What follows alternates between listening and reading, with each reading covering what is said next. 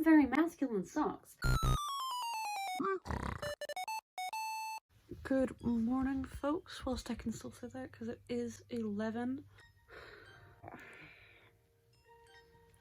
It is probably time to get up, but I do like a lion. I kind of have to prepare my dono-a-thon for the 8th, to which I will not be sleeping for like 36 hours, so a lion's probably quite a good idea sometimes. But yeah, today I have my first gender consultation. So I thought I'd do a bit of a vlog, and if this is shit, you won't see it. And if it's not shit, hi there. I've got a massive fucking spot right under my nose. I can feel it. Yeah, let's get up and ready, shall we? Okay, so let me get centered in the frame here. It is nearly 1 p.m. because I'm lazy at getting up, but my appointment's not until 3, so I've got some time.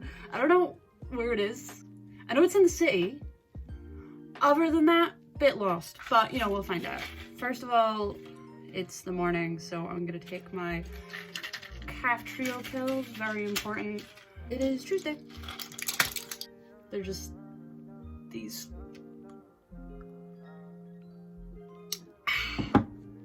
Cool, perfect, we got that sorted. And now I need to figure out what I'm wearing. I don't know what screams gender dysphoria. I go in like a hoodie and like a joggers.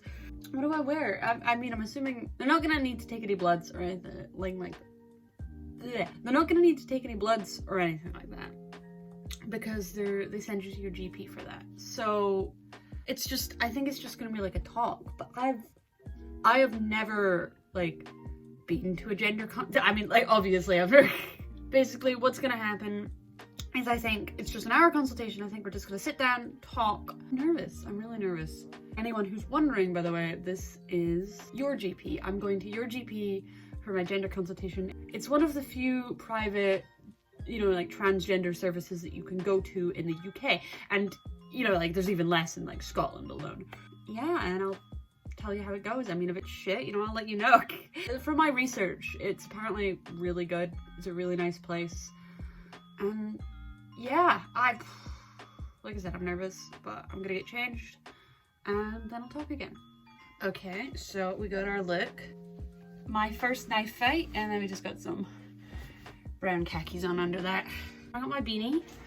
I don't fucking know where my black beanie went. I wouldn't wear that with this outfit anyway, but like, the brown beanie only goes with so much. I don't know how deep we're gonna get into it. I don't know if we're gonna have to talk about my childhood. I was up late last night thinking about pinpoints of my childhood that I would tell them about. For example, when I was 5, 6 years old, my brother sat me down and was like, we're gonna teach you how to be a boy, and taught me how to wear like my hat backwards. Like I was in my Sunday school outfit and like playing GTA with him. One time I turned to my cousin, probably when I was like 7 or something like that, and I went, you wish you were a boy too, right? And she went, no. And I went,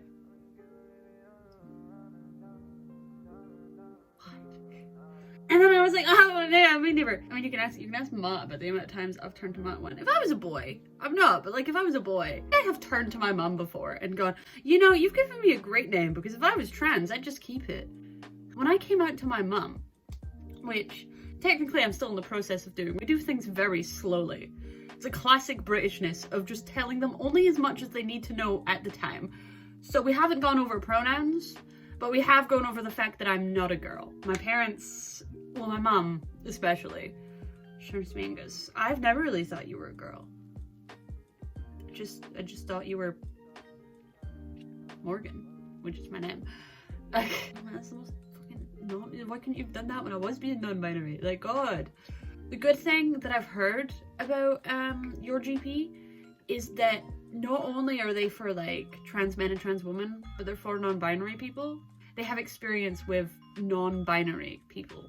Like if you go there and be like, I want to get on testosterone or estrogen because I'm non-binary, they'll like, obviously like, they'll not just give it, they're not just gonna hand it over the same way that they're not just gonna hand it over to me, but like they won't pass you away. They won't like chuck you off. I don't know how the NHS is about that, but that's a good thing that I've heard about Your GP. Once again, I'll tell you all about it, but yeah, I really hope that this video not only is entertaining and helpful for my viewers, But even if it just gets out there for people watching this video, if maybe you've got an appointment at your GP, or you've got an appointment at Gender GP in general, and you just want to know what it's like, this is why I'm here. I should probably get a bit more ready, but and figure out where I'm going. that's a great thing. Okay, so the plan is I have an hour before I need to leave for my bus, right? During that time, I'm gonna upload a YouTube video, or at least like leave the YouTube video to upload whilst I'm not here. It's actually a Sims video. I don't know if it'll do well or not, but it took me ages to edit, and you're getting it. You get no choice. You get no choice in the matter. Oh, a little sneak peek as to what's to come. And oh, you know, actually that's way faster. I was about to be like, look how long, but 22 minutes? That's not that bad. The funny thing is, ideally this video should be up before this video even gets edited together. So tell me if you like it. Anyway, now that that is pending, we need to put on some shoes and socks because we have to leave in like 15 minutes. You know, I've just come to the realization that I don't have very masculine socks. So today we're gonna wear the shittest gift ever sock, and this sock that has ducks and hats on it. They're wildly different sizes, but they'll do the job. Like, it's even got a little frowny face on it. Looks like a happy face from upside down, but trust me, he's frowning. It's the time of day where I see if all my rats are still alive. 1, 2, 3, 4. Okay. I guess you guys get to eat today. So, this is our fit check. We got some Doc Martens. Wait, I can determined. There we go. And now we have our oversized leather jacket. Just to add to the fact I look like I'm wearing my dad's clothes. Okay, that is that officially up and ready to be premiered tonight. Just in time for me to fucking leave. And it's raining outside. Great. Okay, so I think it should just be around the corner. I'm like half an hour early, so probably won't be able to go inside because of COVID and earliness, but you probably won't hear from me again until after the appointment. Not only would they not let me, I don't fucking want to record my very important top secret medical information. You'll hear from me afterwards and I'll tell you all about it. The classic clap. So, my appointment went really well. The lady there, the doctor, she was very kind and she spoke me through all of my options. She asked me about my childhood growing up. She asked me about how I thought of myself, how I was just generally, how my health was, because I mean I have cystic fibrosis, so I did have a general concern that going on anything would overlap with any of my pre-existing medications that I take. But she told me that, I mean, men have cystic fibrosis, so it shouldn't be a problem. The plan is that because of the laws in the UK, that anyone who wants to go on hormones must have 2 meetings with 2 separate psychiatric doctors so that they can then diagnose you with gender dysphoria.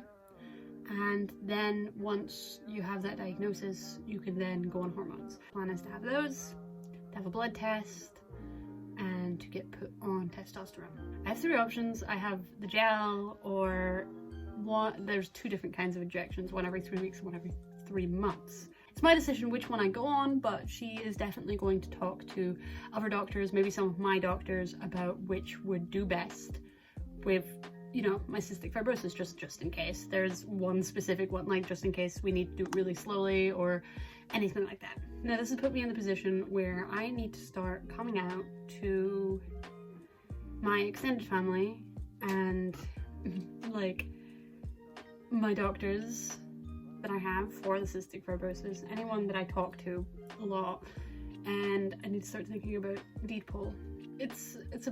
We made a big decision today. It's strange. It's exciting. It's really exciting. She gave me a whole plan. We've got it all planned out. And eventually I'll be who I want to be. Can't sing the doctor's praises more. She was very kind. There was even a situation where, well, of course, because I'm on testosterone, I won't be on my periods. But that does not stop me from having children. So she asked me about my sexual orientation, and I was like, oh, you know, like I like women. And she went, so you're gay? And then she went, no, you're straight. And then she wrote down straight cis man, and then went, wait. And I was like, no, that's it. Oh my god, Doc, you've solved my problems.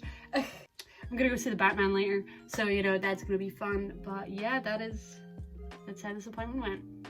I'm very proud of myself. I'm equally terrified and excited. I was more terrified than excited than before, but now I'm more excited than terrified. I probably need to go have a very long conversation with my mum. But yes, I do hope that this video has been helpful. If anyone is more interested in the process of applying to private GPs for gender consultation, I mean, let me know and I can do research and do a proper video on it. I wouldn't want to do the video without the research. This is my own private personal experience, and obviously everyone's going to have different experience depending on, I mean, who they identify as and which GP they choose, and even just which country in the UK they live in.